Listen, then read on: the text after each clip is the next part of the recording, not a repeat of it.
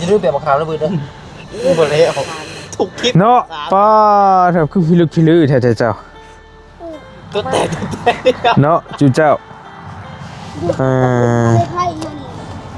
ถ้าพญามาอื่นลืมโอเคพี่น้องมาต่อกันอีก EP 2 บาทนี่ยังบ่ได้เมื่อทางบรีก็ได้มีแต่มานั่งโอ้ลมน้ำน้องๆเพิ่นก่อนสักเล็กสักน้อยแล้วก็จังว่ากันเนาะพี่น้องเนาะแล้วจังเมื่อบัดนี้ก็ได้ควันแท้เฮ้ยบัดนี้เฮ้ยหอยบ่กินอย่างนี้หอยเน่าเลยหอยเน่าบ่เน่าดีได้หอยเน่าบ่ถิ่มไปตะมันฮอดแล้วบางเดี๋ยวมันลุกด้วยเนาะโอ้เลยหอยเน่าอะไรก็ได้บ่ได้มักปานนี้หอยเน่าดิมักหอยหอยหนาวเลยจริงแบบนี้มักหอยสดบ่ขอยยันหอยโบราณได้เท่า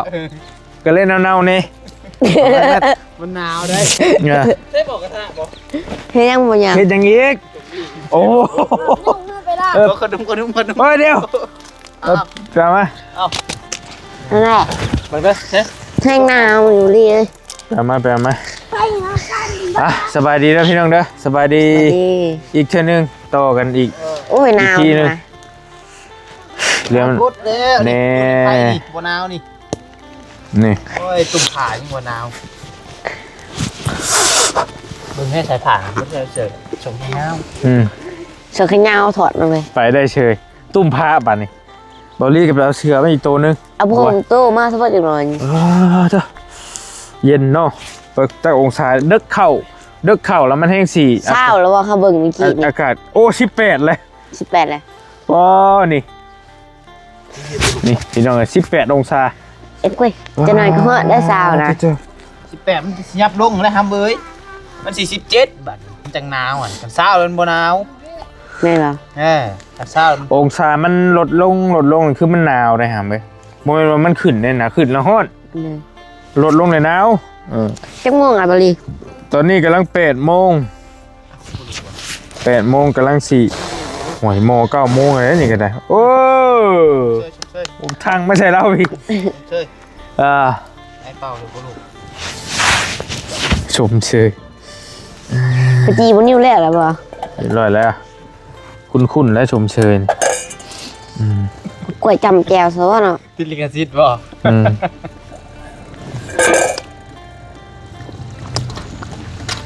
แซ่บว่ะ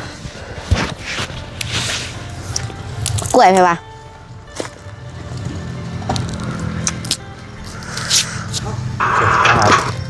ถ่าใส่เลยโอ้โหใส่เลยนั่งลง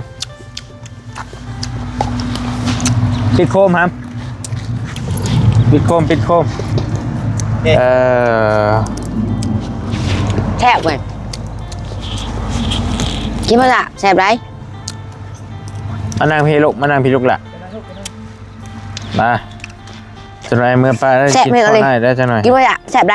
แซ่บกล้วยเบอร์รี่อีกเบอร์นิวจะไรกันละมือเลยยังบะขวดน้ำตาลบ่ร้านเชียขนมเฮ้ยกูเห็นมียังไงร้านเชียขนมว่ะเห็ดไหมเห็ดขนมใหญ่แล้วขนมเด้อไม่เหมือนขนมต้มหมี่ดิเอาลงดินใหม่มาไอ้เห็ดขนมลงดินใหม่ยังก็เคยกินโอ้ให้ขาดไปเดี๋ยวบ่วงประแดกไปนั่นอย่างนั้นมันเป็นแซ่บเย็ดฮะไม่เลยจะไม่เอาบ่วงประแดกไม่ก็ขึ้นดิอะไรเงี้ยนี่จักน้ำเราว้ายก็มีหมักเล็บไหมบัดนี่เล็บไหมอีกมาเลยเล็บหมักเล็บไหมเอาพ่นตกบ่จะบอกเนี่ยชิดมือชิดน้ำบ่บ่ละเรือคืออย่างเย้าลบหนีลงก่อนมีไหมพี่เก้าจะห่อมาเงากินบ่กินมืดกินดีบ่ถ้วยยาเข่าอยู่เดี๋ยวเราห่อก่อน แซ่บ แม่ก็ค่อยต้มใช่ครับ ถูกวัดแหละ กินเบิ่ประเดี๋ยวมันสิบ่แซ่บ นี่ มือเลยบ่ แค่แนวกับหนาวด้วยกินเลยตลอดเนาะเจ้าก็เนาะโดยว่ากินเรื่อยได้นี่พี่น้องเลย มันอยู่เฮิงมันอยู่เฮิงน้ำยาอีกที พาลงเลยครับเด้อเด็ดพาลงเด้อก่อนเด้อเนาะ กินมังลินใหม่ก่อน บ่ผมบ่ แซ่บ พาลงนั่นน่ะ มืดเลยบ่เบิ่ง บัดดิโอเค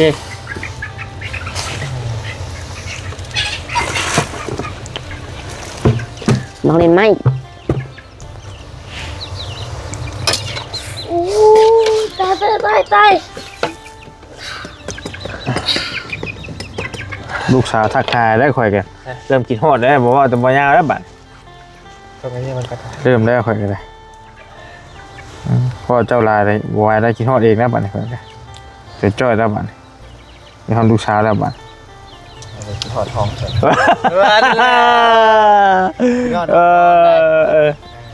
ได้เถ่าเด้อดูนี่อยู่ทีรักแล้ววะ ทีแรก เถ่าได้ Ừ. กี่เดียวทีรัก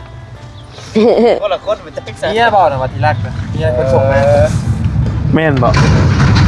คิดเอาบ่ยาวสิดอก วานไงลิเดี๋ยว เนี่ยเป็นคนบอกว่าทีรักโอ้ยไม่ได้ มันจะขวัญเจอมันขวัญมันยังบ่ได้กินกับ เรื่องจากปัญญาจากหมูทวีเด้ แล้วก็บอลี่นะ สบายดีดูสองหนุ่มสบายดีกล้องข่อยนี่เปิดคลิปอยู่ได้นี่มานางโอนางลุ่มกันพี่น้องเอ้ยเนาะโอ้ยใช่บ่วงคือพระ ผมมีแล้ว เรียบหัวเจ้าก็ลาก ร่างเขาลูกไปร่างเขาไปเดี๋ยว ไปซะให้นาวนี่ เป็นนาวกันตอนนี้ เอาไอ้ทูมา มีทางเดียวเบิดมาต้องกิน เมนยู ไปร่างเขาไปทูอยู่ฮะเห็นอยู่ พันผู้ไรกัน ใช่ไปร่างเขาไป นางเบิ่งเอาข้างเวียนนางเบิ่งนี่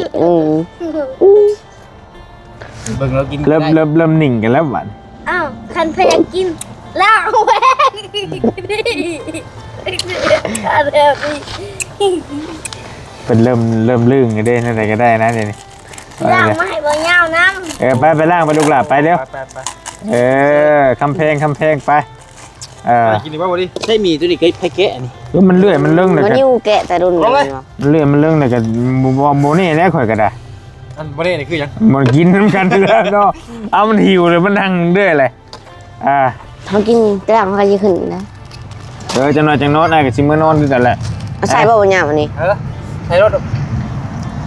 ผมมื้อนี้มาค่ำแหละพี่น้องไอ้แก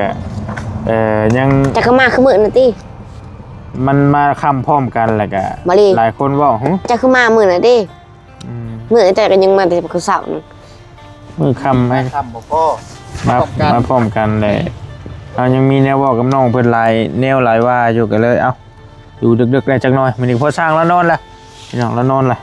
ขอนอนละมีแต่ให้สายฟ้าขึ้นนอนนำเจ้าเด้อ เลย เราก็ไปกวนเพิ่นแล้วเพิ่นตื่นแต่เช้าเฮ็ดเวียกเฮ็ดงาน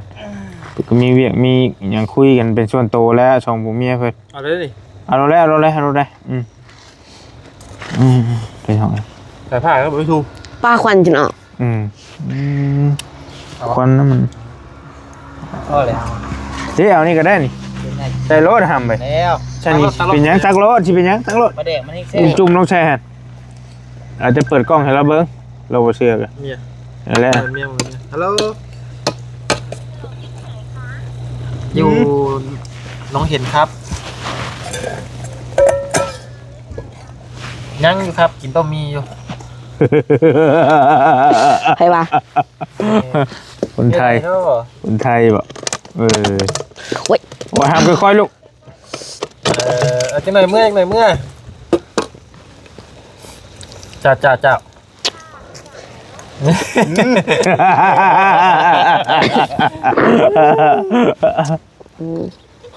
ไม่คิดถูก กูเปิดลำโพงไปก่อนพังแน่ก่อยอยากได้ยินด้วยกี่ดี กินเดี๋ยวอยากเนี่ยนะ บ่มึงยังก็ น้องไปเลย น้องชาวบ่ น้องมีอะไร ยังโสดบ่ โสด เอ นะครับก็สูตรแล้ว เอาบ่ล่ะ แต่ว่าจบดีได้เฮ้ยเนาะ ลายเลยลายเลยตะกูล เท่านี้บ่อยู่เท่านี้บ่คุยโทรศัพท์อยู่ เห็นอยู่เห็นมืออัน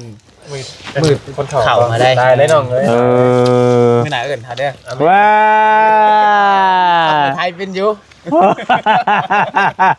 ลายเลย ยาเจ้า ยังลายอยู่ เออ ได้บ่เอาเบิ่เลยเด้บ่ โอ้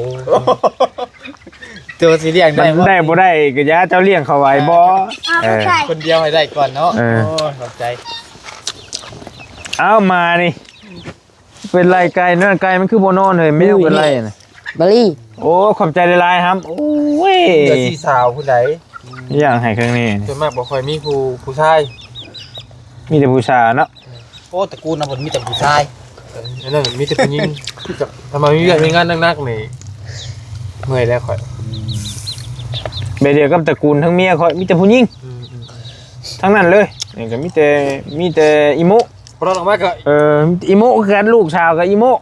หลานก็มีแต่อีโมหมดเลยนะ โดยเงาอันนี้ได้สะ มาได้ไหมวะ โอ้ บุญทวี โดย ไอ้ถามนี่จักปีจังเสี่ยวเมีย จักปุ มีผู้ชาวแล้วบ่เดี๋ยวนี้ถามอีหลีฮะ บอก บ่จบดีตัวอ้ายฮะมีแล้วบ่บ่พระเห็นผู้ชาวอ้ายจ้ะบ่เคยมาหาอยู่เถียงบ่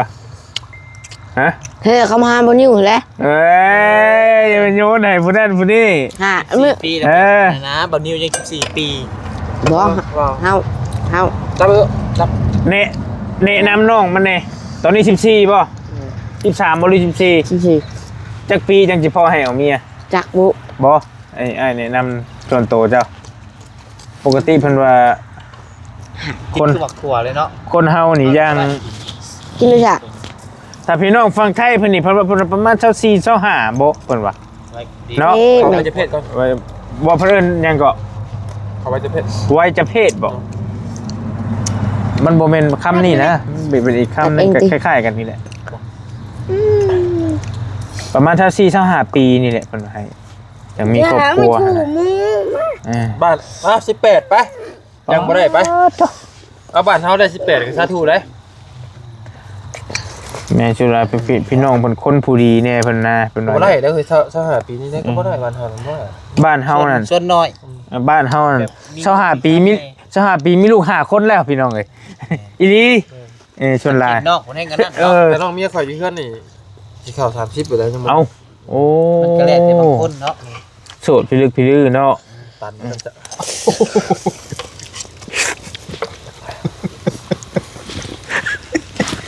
แล้วแต่เจ้าเด้อข่อยบ่เกี่ยวเด้อตัวน่ะเด้อ เขาเฮือนแล้วบ่ แล้วแต่เจ้าเด้อตัวน่ะเพราะว่าทางเขาเฮือนเหมือนกันยังมีคนเที่ยวหลาย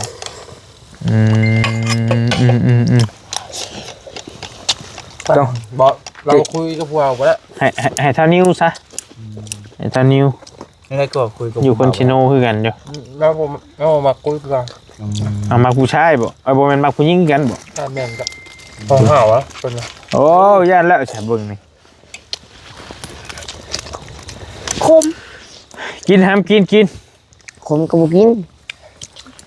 กินเอง กินอะไรก็ยังแค่ประมาณนี้เลย แช่ได้มีรุ่นนี้ ยังแค่เป็นแท้เลย นี่เด้อยำเด้อยำ กัดเลยใส่อันบน นี่ นี้ น้อยกินแล้วแซ่บเบิดประมาณเช้าโฮเลยมื้อนี้นั่งอยู่ชุ่มกันอยู่นี่ บอดี้บ่ปันเลยแล้วครับ กินแล้วก็แซ่บคือกันโอ้ยเนาะลูกทุ่งแฮง แล้ว มันกินแล้วมันพอกิน บ่ นะ อันโมน้อยกับพวกนี้เอาได้ดีนี่นะ ชีส มึงเนี้ยเลยอยากไปป้าไอ้ ไอ้ อยู่ไม่หรอกคนมวนไปหุ้นได้กินบ่อยมู น่ะ อ่า แล้วบ่ ให้ใครว่าช่างพรแต่ว่าคิดได้บอดี้เอ้ย เอาเราแล้วค่อยๆว่าไปว่าในน้องก็บ่ไปแล้วบัดนี้มันบ่ไปแล้ว จะไปหุ้นไปกระมูมีบ่ญาติกันกิน อยู่ กัน ชาวมาแล้วเพิ่นรับมือบ่ไปแล้วบ่ ก็เว้าไปนี่แหละอ้ายก็ได้ มาบืนบุญทวีไปใช้ไปแล้วไอ้ชาผ้าเอาอีกแล้วนอ่าี่ถ ผูกน้ำตาล ไปแล้วก็หาบ่ได้แล้วเนาะ ถามว่าจอมพี่เหรอ เอาน้ำมาไว้จ้ะ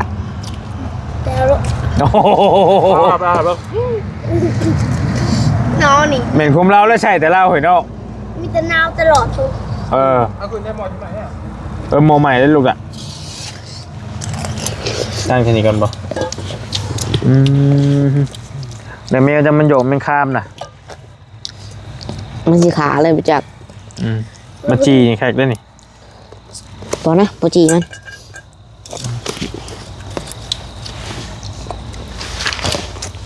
เธอกินได้เบิดนี่เบิดหน่วยเลยคำเดียว ได้แล้วสิเป็นยัง ให้กินเบิดหมดเลยทีเดียว เจ้าตัดผมอยู่ใช่ครับ อยู่บัวค บวกคำทางไอไปกับเบาแก้วไม่นั่นที่ทางเวอยู่ปั๊มน้ำมันน่ะมีทางเขาบ้านครับเลยลงน้ำตาลนี่เหรอ ำโค้งงานน้ำตาลอยู่ผูกลักเล็กครับเดี๋ยวจักไปตัดเองแต่ถ้าได้กระเบื้องคือชิบงามเลย พอแล้ว มันจะคำบ่พอยาวเว้ยมึงนี่น้องๆจะกินนะมึง ตรา นี่ บใดที่วงยังไม่เลิก มึงนี่อันน้ำเย็นๆก็ยังกินมึงนี่คนเซฟนะมึงนี่ มัดเลยมัดแก๊สเลยมาจักนี่ฮะดูเด็กนะ กันแจ้งเบิดอีหลี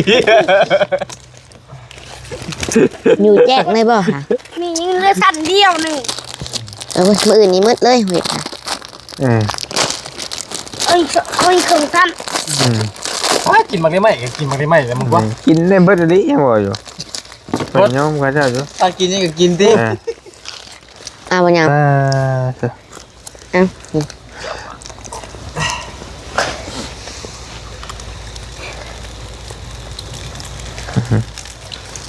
น้ำเย็นอยู่ใต้เท้าเลย เอา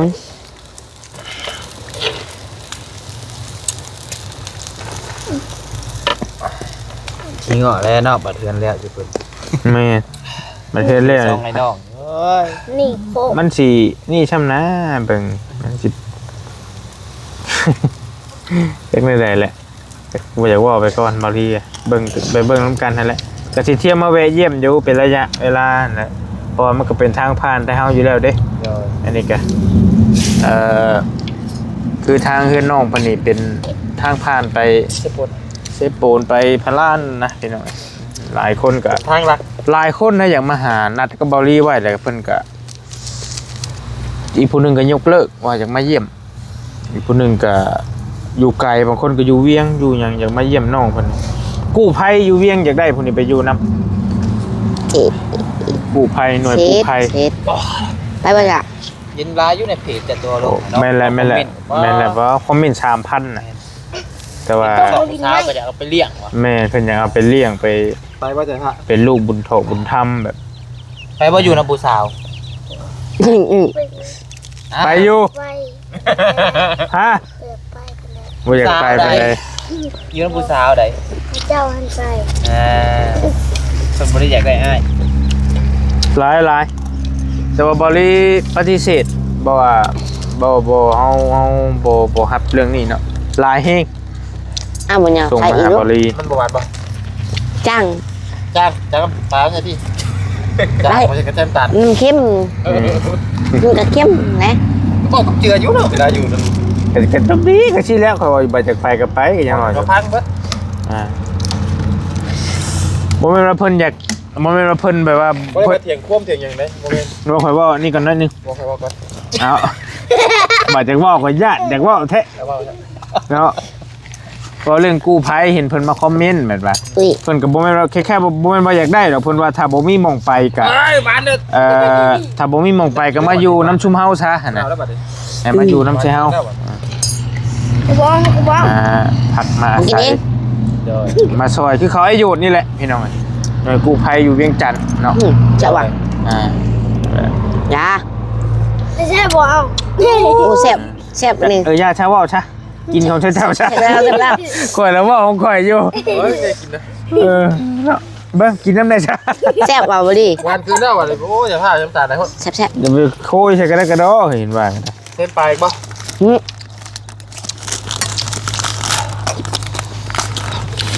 นรวยว่าจักกัน โย่เห็นหมูกินเซลอยู่เนาะ เคยเออ จะตีกันได้ทำไป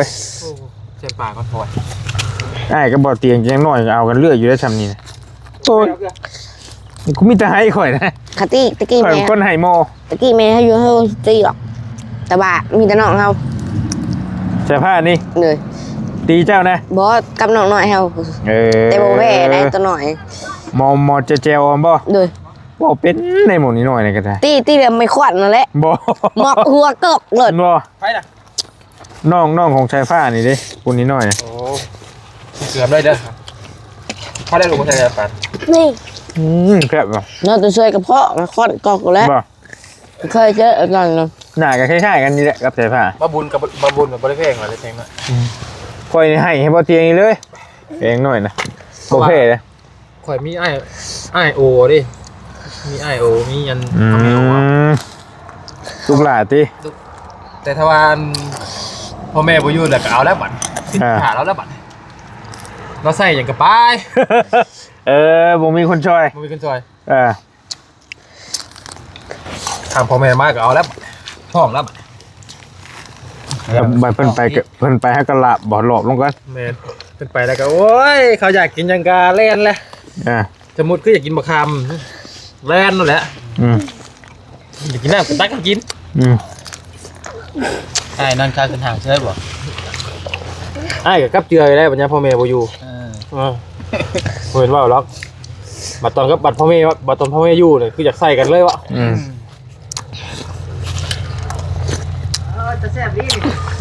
เอาอีกแล้วน้องเคยมาเลย แม่ตรงนี้มามุรยาอยู่ได้นี่นะแม่มาเลย ภาคยังดิภาค2กับภาค3 พักสอง กินนี่กับเจ้ากินหมี่กันบ่กินนี่จ้ะ กินนี่บ่ได้กินนี่กินนางร่มกันดิซิมา ยังลิ้นไหม้น้ำได้ เอาดูคำหนึ่งอ่ะ เจ้าโสดบ่เออ โสดพร้อมมีแฟน พอจุลีเพื่อน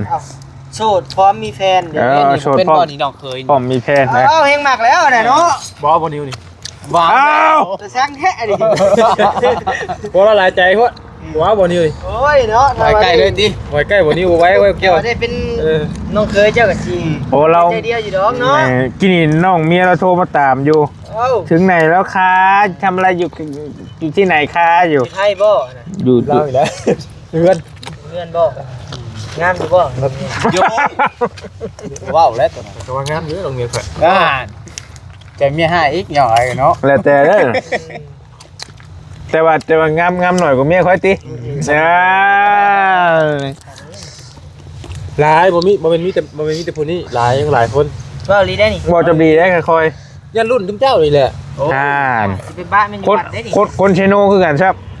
ยันรุ่น2นิ้วอีก เอาไหม 17 18เนี่ยเขาเย่เด้เอาโมเอมายังบ่จักบอก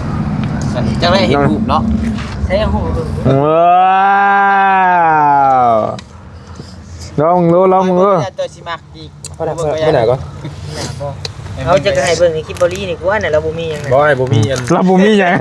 เดี๋ยวบอกเรื่องแค่นี้ ไอ้บ่ได้เซ็ตกับเขาดู บ่ ลองมึงดู เขายังเรียนอยู่ส่งเรียนได้บ่ ก็ได้อยู่ ต้องถามน้องมันพูดแล้วโปเกยังคอยน่ะ เขาบ่ได้ถามเจ้าได้บ่ดี ถามแล้ว ก็ ถาม ได้อยู่ก็สิ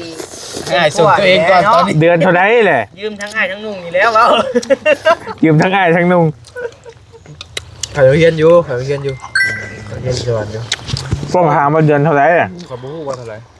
เสาร์อาทิตย์ก็ถึงว่า กินมังลิ้นไหม้เด้อ โอ้ยผมมีผู้บ่าวแล้วใช่ เนาะแล้ว เอามีก็สิเป็นหยังมี สุดต่อไป บ่มีผัวเนาะ เบิ่งแล้วบ่เฮ้ย ยังอีกบ่ มันก็เริ่มแซ่บแล้วบัดนี้โอ้โหบัดกัดนึง เอาบ่นิ้ว บ่ยอมเลยเฮาพอละ แซ่ผ้านี่ก็บ่ได้ยอมนี่เนาะทำจังเนาะ บางอย่างยังบางอย่างบ่อิ่มเขาบ่อิ่ม ใส่กินซ้ำเนาะ เอาแล้ว มีอีก บ่อีกบ่ ฮัลโหลห่อนึงฮะบ่ดีดอกเอาน้ำมาใส่บ่ต้องเติมยังเอาน้ำใส่จังหน่อยฮะได้ละ พอดีล้างหม้อเลย มันอันนี้พดมันขุ่นพด ใช้อีกนะ สบายดีเด้อพี่น้อง อะไรแซ่บตัวหนึ่ง โดย ให้กินยังแซ่บ เอา ว่ะ จังว่าอยู่กันนั่งแจ้งนี่เบิดนี่ว่า มันบ่ฮอดแจ้งจำนะนี่จักประมาณเที่ยงคืนนี่ก็ เบิ บ่ ด ได้ สองแก๊สพุ่นแหละ อ๋อตัวนะ ห้าสิบตุ้ยแล้วบ่เอาบ่ยัง เอ้าหมอดีว่าห่อหนึ่ง เอาช่องห่อบ่น่ะ จังพอแล้ว เติม ก็บ่ห่อเดียวคือนอก ไปคือบ่เติมเฮ้ย คุณได้ทำนี่ คุณได้น่ะจะเคยบ่ ไปนี่บ่เติมบ่ มอน เราผ่านมาเบิดแล้วบ่ยาม บ่แม่นว่าเรียงเติมจะมีนะ ผ่านร้อนผ่านหนาวมาเบิดแล้วยังฮู้อยากให้ถามแล้วฮะ บ่เคยบ่อ่ะ เฮาก็ผ่านมาหลายยุคเนาะอ่อนหนาวนี่ อะไรใช่ปะ ทุกอย่าง กวบ แต่ ที่ บ่ต้องว่าเปลี่ยนมานั่นเด้อทุกอย่างเราผ่านมาเบิดแล้วบ่ยามน่ะว่าอย่างนั้นซะ ยังเหลือแต่บ่ได้ย่านเมียเขาแม่นบ่ บ่มีตัวนั้นบ่มีดอกบ่มีประวัติดอกน่ะบ่หาหมู่นำเด้อเอาพอซะ ตลอดก็ให้ข่อยติ บ่ว่าตัวนั้นเนาะ อาจจะเติม ว่าจะได้พิดใจกันบ่พิดใจกันแต่ไหนเอาปานฮ้อนพันหนาวมาซะ ท่านทอดพันนาวมาหลายอยู่ มัน ระบมกระเดื่อยอยู่เสียวพี่เอามีคออันพันคอกัน โอ้ปานนั่นบ่ เอาอีดีได้ดุนอันยุกกัน ได้บ่กล้าเป็นน้องเคยแล้วบัดนี้ บอกว่าตะกี้ก็ยังงง เป็นอีสาวแล้วเนาะ เดี๋ยวนี้ยังนั่งกูก็ เดี๋ยวนี้กันพิษ แต่ ใจ คือ กัน จะว่า เนาะ นะครบหมู่ ด้วยแต่ด้วยใจเฮามันก็ได้อีกแล้วเด้เพื่อนมันส่วนมากก็บ่แม่นเฮาดอกมันมา มันเฮอกันเข้าใจบ่ เฮ็ดก่อนน่ะแม่น มันเจิบใส่กัน มีแต่หมู่เลยพาก่อนแล้วก็เล่นใช้น้ำเขาชื่อละ คือบอลี่เนาะ แม่น เบิ่นใส่ผลหมูที่ว่าใส่ ใครเจ้าจะนึงมันบ่ มีทีนึงกำลังเรียนใส่เขาจกมีดออกมาในคอหน้าลาตาอยู่ที่ซองอยู่แล้ว เขาเสียงมีดน้ำล้าง เขาใส่หมวกคอแหละเล่นไปก็ลึกก็จับออกมาอีกแล้วมาแล้วหน้าลาแต่อันเล่นดึงออกมาว่า จะว่าบาดล้างเขาเลยไปจ้างเราดึงมาเนาะ ยัง หน้าเอาลีเนาะ หมอกี้เด้หมอกี้จักดอกหมอกี้ โอ้ กี่ขนาด ย แล้วนะ แล้วก็ ห้าว ผู้นั้นได้ผู้ไปเอาเรื่องมานะ หัวโจกมันบ่ พระโจก ยุเย่ บ่ไอ้บ่แม่น15-16องศาจังนี่ 18 สั่นอะไรนี่ 18 บอสจะไป เบิ่ อง ยู่ ใหม่ เนาะ แล้ว จะอยู่ไปข้างนอกถึงเด้ทุกฝ่ายมันอยู่กองไฟธรรมดาเนาะ 8 องศา จ้างบัดนี้นะ เอาจะมานั่ง กิน วิ บ่น้องเมีย นั่งรถมักลีแหละ มาไว้เลยเฮานี่ ยังบ่ทันเห็นว่ามันมักเลย ต้องเบิ่งก่อนเฮ้ยเบิ่งหน้างานก่อน แล้วเราจะไปเอาเป็นลูก เจ๊เลยลองเบิ่ง แบบเจ้าเว้าไปเลย เนาะ ผู้ข่อยบ่มีต้อง ได้เพลแล้วนะบ่มี มีกันแล้วบ่อยากให้เบิ่ง เนาะ บ่มีดิ ว่าไม่ยัง เจ้าจะว่าแบบนี้แล้วบุญมาพาส่งอีลีโอก็มีได้บ่ยาวเว้ย เอ้า ข่อยก็บ่เชียง ก็ขอบ่ได้ว่า แล้วว่าพื้นมันข่อยก็บ่เชียงนั่นนี่แล้วทำอิตากี้กะกับเมียคู่มือนี่ เว้าบ่ได้เจ้าไปเห็นน้องข่อย อายุเท่าไหร่น้องเมียเจ้าน่ะ สลาวจังหน่อยพวกนี้ละสลาวสำคัญเขา บ่น้องน้ำเพื่อนรถเท่าไหร่ ตัวเพื่อนบ่ได้ดอกตัวเพื่อน บ่จะเว้าเบิ่งจังไปเว้ารัดเข้าเลย เพื่อนบ่ได้เป็นแบบได้ก็บ่ได้ ตัวเพื่อนมัน มีพอแล้ว พังก่อนอยู่เพื่อนประมาณ20ปลายปี ชาวปลายก็ยานบ่เกี่ยวนะ น้องเพิ่นคือสิบ่มักหรอก น้องนิวนี้ บางเทื่อมีใจว่า ทางพ่นพวกพุ่น ตั้ง เราจะบ่มักหรือว่าบ่มัก ทุกเจ้านี่แหละสิบ่มัก โยมมันว่าบ่ได้ได้ มันบ่เกี่ยวนะ โอ้ยคนอายุ 60กับ20ยังเอา มันต่างกันแล้ว เป็นบ่ยายอ่ะ อยู่กันน้ำ4-5 ปีก็ได้นะ เนาะไอ้ลี่ยายตัวนี้เขาเข้าไปเนาะ เรา6-5 ได้ผัว13 ปี ผู้สร้างได้จ้ะ เจ็ดเทื่อผู้ ผู้สร้างได้ใช่บัดนิว ผู้สร้างเด้ซั่นน่ะ บ่ต้องไปไกลที่นี่ใกล้ๆโลด นอนอยู่นี่ ผู้ช่างแบบได้น่ะ เอาแล้วก็ได้เมียเด็กคือกัน คนในบ้าน บ่เกี่ยวกันได้แต่ได้เมียเฒ่า อันนี้ห่าเอาคนละอย่างกัน 20ปีนี่20ปลายปีนี่ยังว่า บ่มันห่างกันดำ4-5 ปีนี่ก็บ่เกี่ยวนะเฮ้ยเว้ย โอ้กินรถ อ๋อจับกันว่า30ขึ้นไปนี่ตักยัง มันหลาย โอ้เขาอิ่มแล้วเห็นว่าอ้ายมาอยากให้เรากินตอนอ้ายอิ่มเนาะ เมื่อกี้ต้นบุรีไปกินหมูกระทะผัด ลูกเคยผู้สร้างผัดเปลี่ยนนี่แหละ รายใจบ่ บ่มื้อน่ะพ่อเฒ่าอยากให้อ้ายเป็นลูกเคยแล้ว กันเด้อมีจะคนเบิ่ง1 2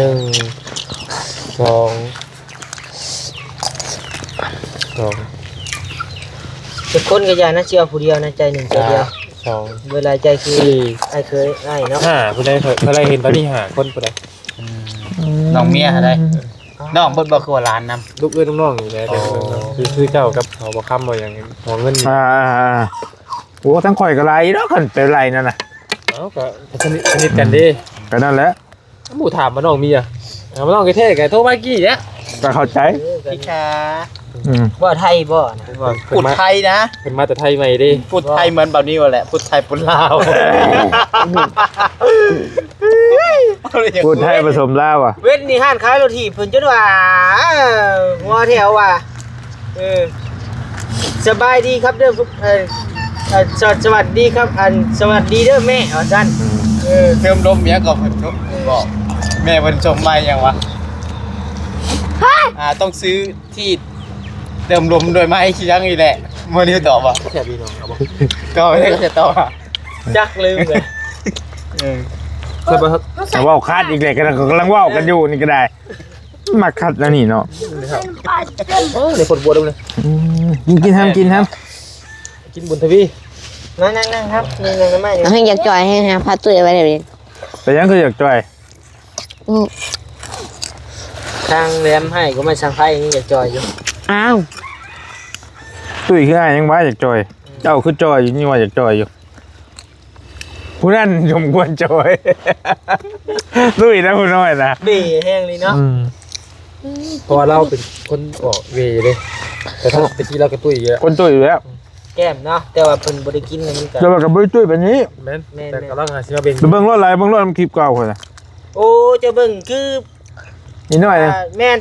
คลิปเก่าเด้งขึ้นมาแต่ตอนย่างตากคนไปซื้อเป็นนัว น้อยนึงจะบ่ได้ว่าเก่าหึงได้ประมาณเดือนไปปลาย2เดือนนี่ เดือนเป็นปลาย2เดือน2เดือนนี่แหละเหมือนเด้อ จะไม่ได้คิดว่าจะมานั่งถ่ายคลิปวันเราจะมาหาปาร์ตี้ต่อไปกัน แม่ถ้ามาอยู่นี่หึงเฮงเลยนี่ เป็นเดือน ไกลไปไกลมากก็ว่าจะไม่ได้ถามหรอกกับบอดี้ได้กินเนาะ ครับ เป็นพิซซ่าที่นี่ สัมภาษณ์แล้วดีสัมภาษณ์ไม่แล้วค่อยนะ เพิ่นแหละ อ่ะจะจอยนึงอ่ะ ใช่วันเร็ว เขียว สัมภาษณ์น้องคนดีๆนะไม่ได้สัมภาษณ์ นี่ จอยวะ บุญทวี เลย เนี่ยจะจ้อยบุญทวีใส่ผ้าบ่ได้ไงเจ้าจื้อบ่ไผมาหาเจ้าทำอีทำบ่เลย ลงมาหาเฮือนจันทำอิดเลย เจ้าก็บ่ยาว แม่นบ่จีเนาะ ถ้าพูดจะบ่ยาวอะไรจะทำอิดนะ บ่ ถ้าพูดสื่อเจ้า ลงมาหา เจ้าบ่ได้บอกสื่อจะลงมา สองย่ำหนาวนี่บ่ยาว น้ำฮ้อนเพราะว่าน้ำลม ย่ำใกล้ๆนี่แหละบ่ บ่ ไม่ได้อยู่คลิปเก่านะ น้ำลมตัวพญา บ่ นะ อ้าย จากยาม ใกล้ย่ำนี่ไปย่ำเฮาซื้อไม้วิกช่วงน่ะ คอยพูดว่ายามอย่างยามตอนสเตลช่วงจะช่วงจะขึ้นเงินขึ้นซ่านสเตลเรียบร้อยเพิ่นล่ะยึดสเตลไว้นึง วิทย์บุญอันนี้น้อยหนึงอ้าย เดือน1เดือน2นี่ไปจักประมาณนี้ บ่ วิทย์บุญชาติ แต่ว่ายามแนวนี่บ่มียามแนว ช่วงนั้นเช้าซื้อมัน 4ไปแล้ว โอ้เดือน1เดือน2นี่ได้อ้าย ยังนา หนึ่งกับสองกันหนาวเหมือนกับว่านั่นนะ แม่น 3-4พุ่น บ่จื้อหัวข้อคลิปตะเขียนนั่นแหละ ๆช่วงเฮามาตัดกงไม้อ่ะมันก็ บ่ได้ก่อนหลังอีกได้ ฮู้อยู่ ก่อนอีก ก่อนทันถึงเติบได้ แม่น มาหาน้องสายฟ้าครั้งแรก โบเลย ทวีช่วงนั้นเนาะ ก่อนจะมาตัดต้นไม้กับปุ่ม ทวี นี่ก็ บุญทวีกำลังเกิดจะบุญทวีช้อยน้องอะไรตอนนั้นฮะ 3 4ติ 4เนาะน้องมันอยู่ได้ตอน เออ น่ะ แม่นแล้วเนาะ เจ้าไปใช้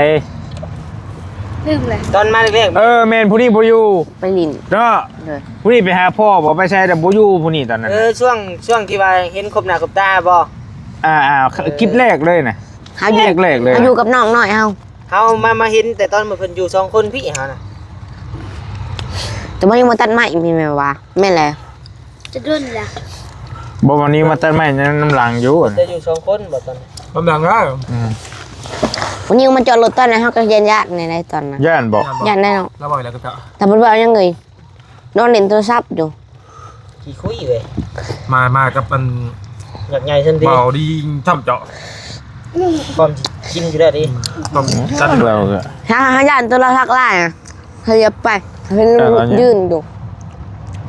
เฮาบ่กล้า ไป ลง นั่น เล น่ะ ย ใจดีเด้เพิ่นบ่ เราไปใช้กับมือนี่เนาะจะอยู่นั่นแหละเห็นบ่แล้วเห็นคนทางเป็นยูทูบเบอร์ได้เพิ่นก็ได้ เอ้า เออ เอ เป็นเฟซเหนือนั่นนี่ เป็นแฟนเพจบ่ แม่นจะพวกคำคมได้เพิ่น โอ้ จะตลกแล้วหั่นแหละ ลูกใหญ่เยอะคนน่ะ โอ้ใหญ่ได้ม่วนได้นี่น้ำเพิ่น เราขอเนาะบ่ได้ขอคำคมเราจังหน่อยกันเนาะมีบ่คำคมแบบไหนครับ ใส่เบิ่งหาสิเปิดให้เบิ่งเด้อ เอาหนาวให้บัดนี้ขนาดสดทอนอยู่ยังหนาว มันเลิกลิ้นทั้งหมดเลย ตายหักนอกจนสิล่มสิตาย แต่สุดท้ายน้องก็บอก เป็นตัวสำห้อง น่ะ โอ้ยยังบ่ ตายหักนอกจนสิล่ม พูดมากบ่อยนะ เออ แต่สุดท้าย เอาไล่เราไปใช้หมื่นบาท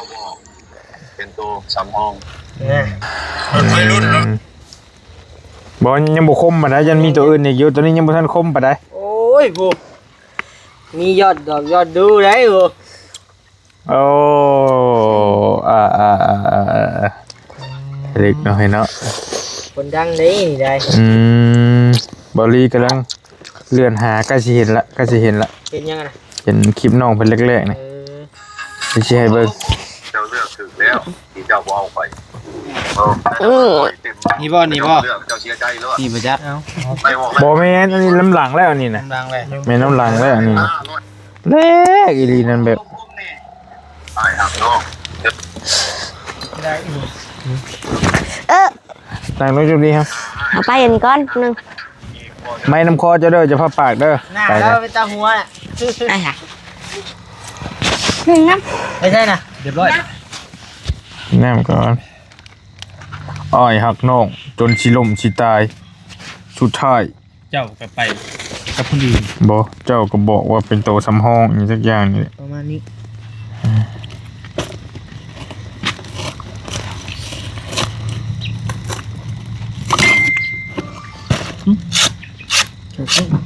มันก็ว่า แม่น แปลกๆได้แบบนี้ติ ยังมีรุ่นอยู่เลยยังทำเสียงนี้มานะ อ๋อหมอนี่น้อยมาก้มเบิ่งของกันอันนี้ อีกประมาณ8เดือนก่อนนะเพิ่งเนี่ยนี่คลิปนี้ก็ เออ ต้นเอาน้ำต้น อันนี้รอบสองอันนี้ โอ้ แล้วก็บ่ลื่นกันหลายดอก ช่วงกันไปเอาน้ำหามน้ำอยู่น้องบ่ไอ้ แม่นละบ่อันนั้นรอบสองแล้วนะช่วงเมย์เพิ่นจากไปไทยตอนน่ะเห็นรอบสองแล้วตอนน่ะ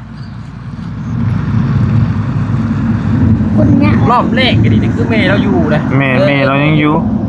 นี่ตอนนี้สองไอ้น้องใส่ฝากเลยเห็นแล้ว อืม ใกล้ แล้ แล้ว วโบแมนอันใช้ฟ้าเบิ่ง สองพี่น้อง แค่ภาพบ่ได้อยู่ตอนนั้นน่ะ ช่วยเหลือบนต้นของพี่น้องกำพร้า มันอันนั้นน่ะ ใช้ฟ้าแล้วดิ อันนั้นน่ะเมย์เพิ่นไปไทยแล้วนะอันนั้นจังเปี้ยงป้างมา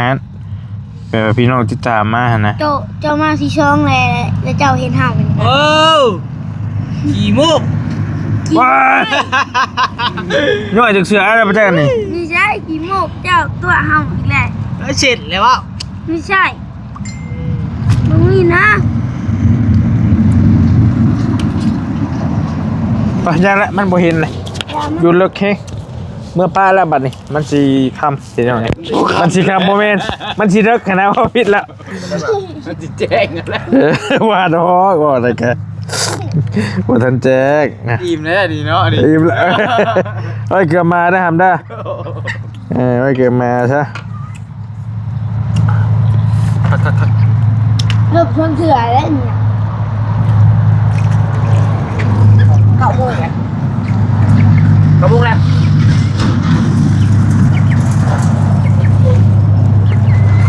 ไปได้กับบอดี้กินผัดแยงก็ สุดมันจะโป่งเลย เดี๋ยวว่ากับลายรักเล่าลายนะปัญญา เมียแล้วมือเอามาให้ภาพน่ะ โอเคดื่มเรื่องถามไหมนะทำไมยังยาวเลย เมื่อจะอยู่สิเลยป้าพี่น้องโอเคอยู่ดีมีเฮงร่ำรวยมีแต่ เอา ป อะ ระตู ไรบอกยัง อะไรไม่หลายเลย เดินทางก่อนบัดนี้มันสิเด็กสิเดินมานั่งอบรมน้ำน้องๆเพิ่นนี่แหละมานั่งคุยกันบ่ได้ไปใช้แล้วว่าหามเบิ่นนี่ บ่ จากนี้ได้มาบ่เห็นเน็ต เช้าว่าน้ำ อยู่ เครียดเหรอบ่อืม มาก็บ่ให้บ่เว้านำนะ น้องมันบ่ได้ง้อมัน แล้วแต่เจ้ามันว่า มีแต่เจ้าได้งอก สิว่าบ่เอาก็ย่ามันว่าเอาโอเคอยู่ดีมีแฮงพี่น้องร่ำรวยเด้อขอบใจหลายๆบรรยากาศอบอุ่นอยู่เพื่อนน้องๆเพิ่นรอบดึกเลยมื้อนี้เนาะ 9:00 นปลายแล้วแต่จังว่ากัน 10 โมงบ่จริง ฮะพอแล้วมันให้ยาวบ๊ายบาย มาดี